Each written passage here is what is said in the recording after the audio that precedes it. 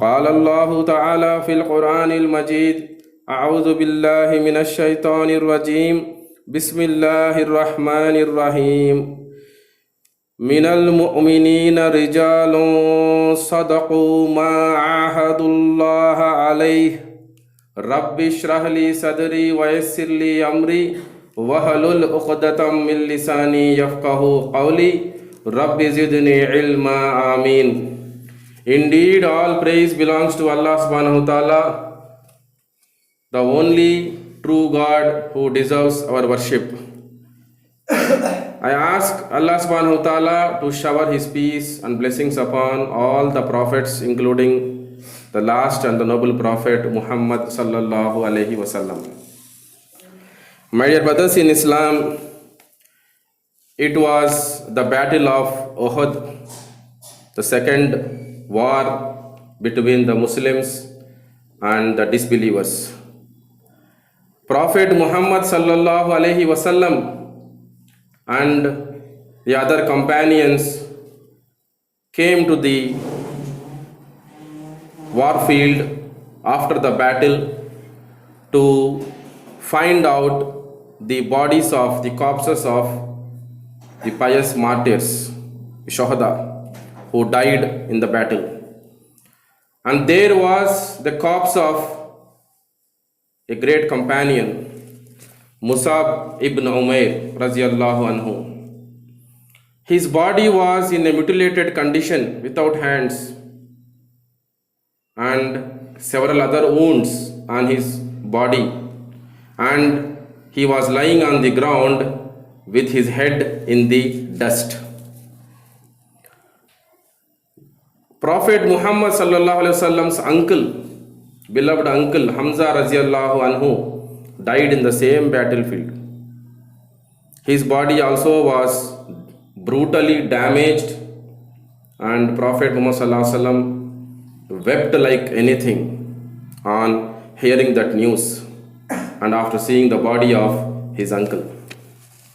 My dear brothers in Islam, so many other companions died.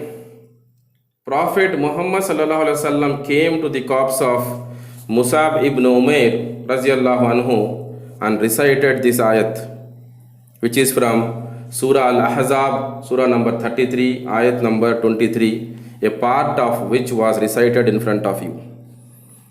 While his eyes were flowing with tears, Prophet recited this ayat sallallahu alaihi wasallam, the meaning of which is, among the believers are men true to what they have promised to Allah subhanahu wa ta'ala.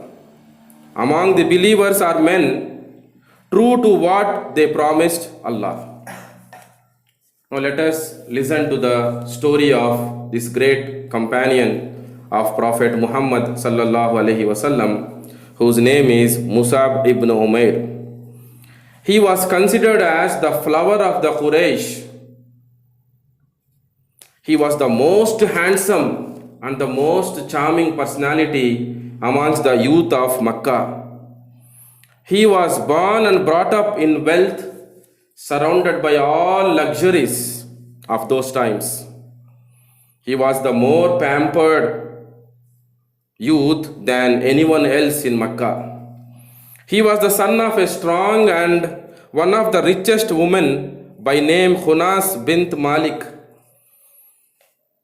Musab raziyallahu anhu was afraid of nobody in Makkah except his mother, Khunas.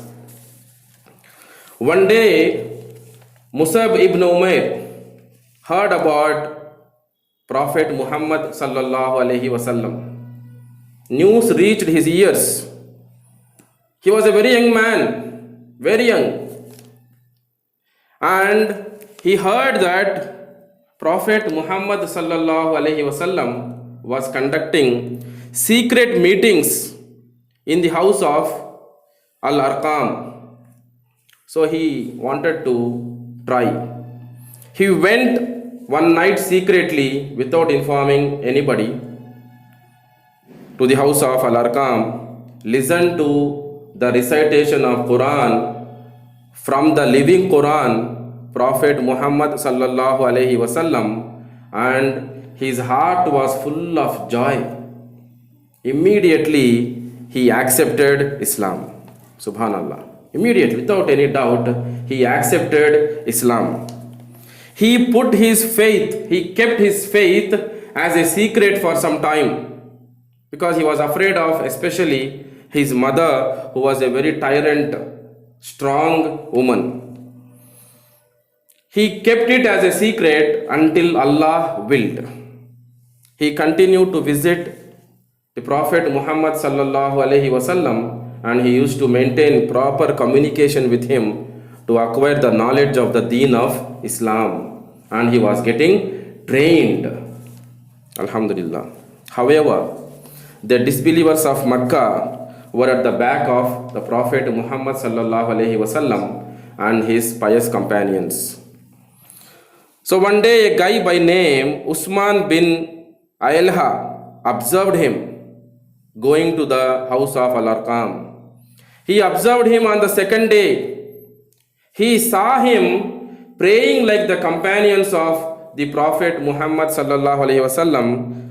Once he confirmed what he was doing, then he carried the news to his mother, who put shackles on him, who chained him and imprisoned him in the house.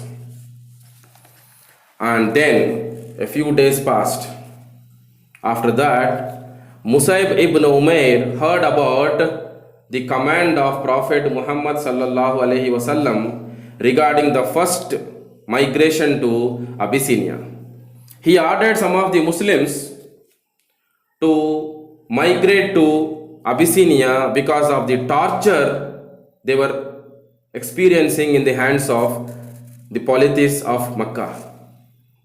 So he deluded his mother and the guards who were outside his room and somehow escaped to Abyssinia.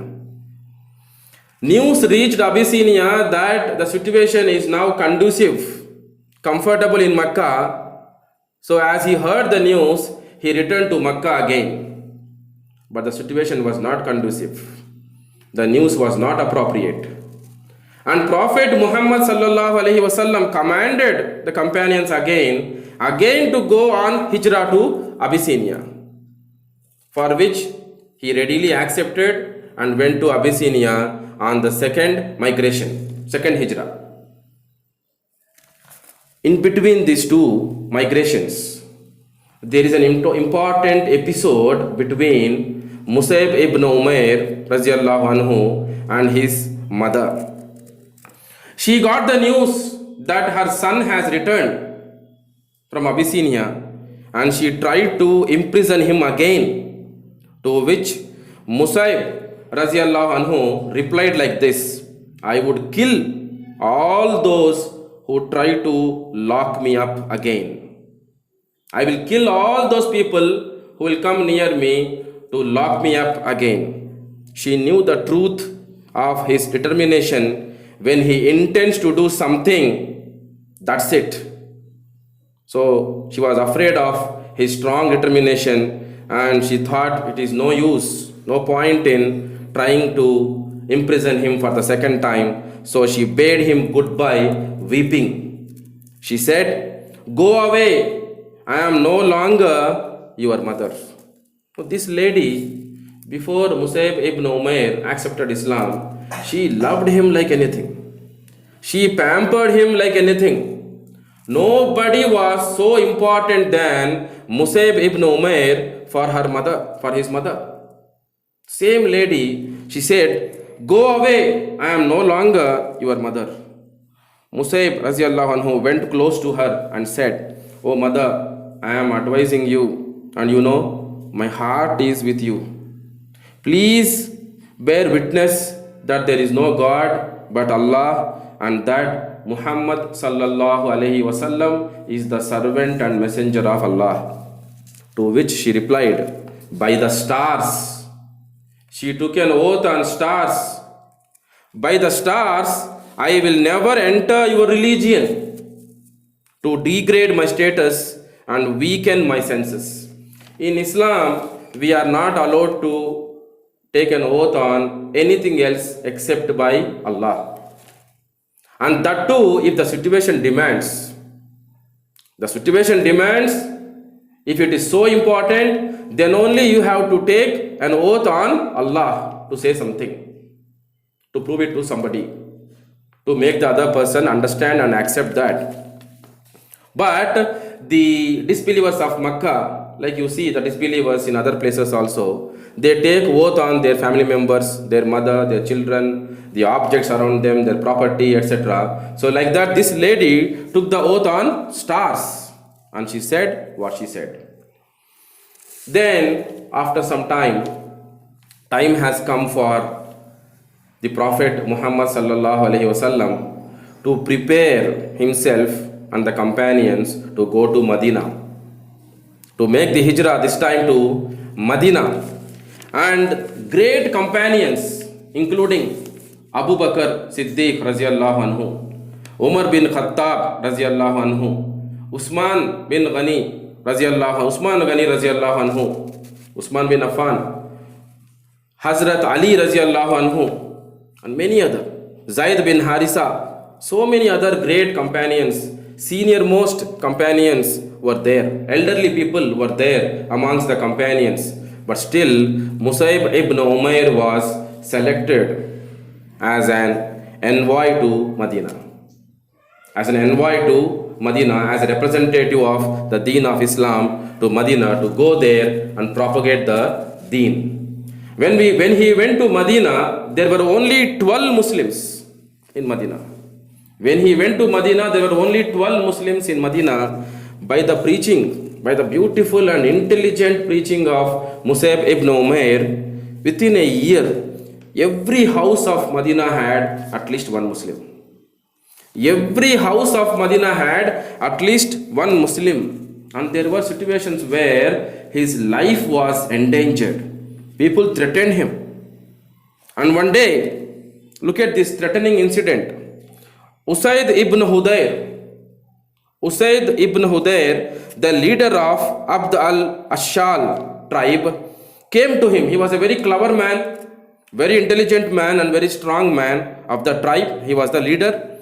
He came to Mus'ab Raziyallahu Anhu, raging with anger and animosity for the concept of only one God of Islam that he was preaching. He came in anger. He shouted, "What brought you here?